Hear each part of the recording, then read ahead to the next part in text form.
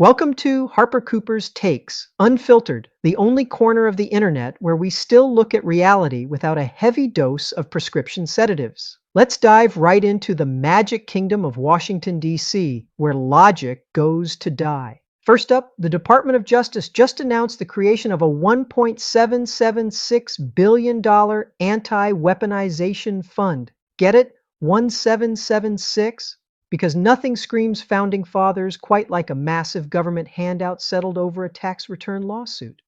Now, who is this giant pile of taxpayer cash for?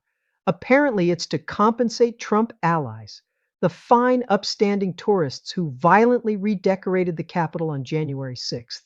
Acting AG Todd Blanche won't rule out payouts for people convicted of violence against police officers or those that have been pardoned and have reoffended. Because when you think unjustly persecuted, you naturally think of a guy beating a cop with a flagpole. Which brings me to a very personal question from a viewer, and honestly, from me. As a law-abiding citizen who pays taxes, follows the rules, and doesn't wear buffalo horns to work, can I collect from this fund?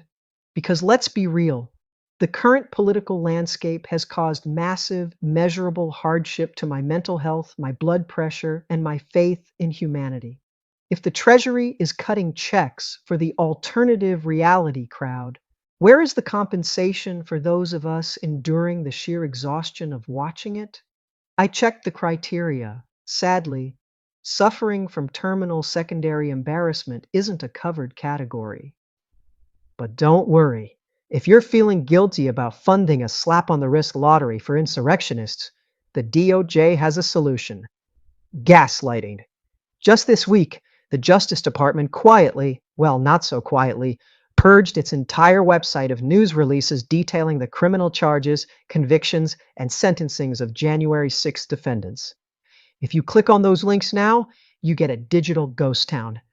When called out on X, the DOJ's Rapid Response Team proudly declared they were removing partisan propaganda. What the ever-loving f***? Factually reporting that a guy pleaded guilty to assault and had separate state charges for soliciting a minor is now partisan propaganda. It's beautiful, really. If you don't like the crime, just delete the press release. Who needs a Ministry of Truth when you have a delete key and an acting attorney general?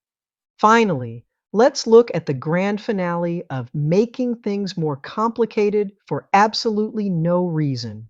The Trump administration just dropped a brand new rule stating that if you are a foreign national legally living in the United States on a temporary visa, maybe you're married to an American, maybe you're a high-skilled worker, and you want to apply for a green card, you have to pack your bags, leave the country, and apply from your home country. Brilliant, pure efficiency. Because nothing says secure legal immigration system like telling a legal tax-paying resident, hey, go fly to a country where our embassy has a 3-year backlog, wait indefinitely, separate from your family, and just cross your fingers. The Department of Homeland Security claims this stops people from using loopholes. Right, because living legally, filing paperwork, and waiting in line inside the United States was apparently a loophole. It's a classic catch-22. You can't get the card unless you leave, and if you leave, you might never be allowed back in. It's not immigration policy. It's an extreme game of international musical chairs where the government just throws the chairs into a wood chipper. So, to recap, if you assault a police officer and raid our Capitol, you get a check and a cleared internet profile. If you try to legally immigrate and follow the rules, you get a one-way ticket out of the country. God bless America. Hit subscribe, leave a comment telling me how much you want your share of that $1.776 billion, and I'll see you next time on Unfiltered. Try to stay sane out there.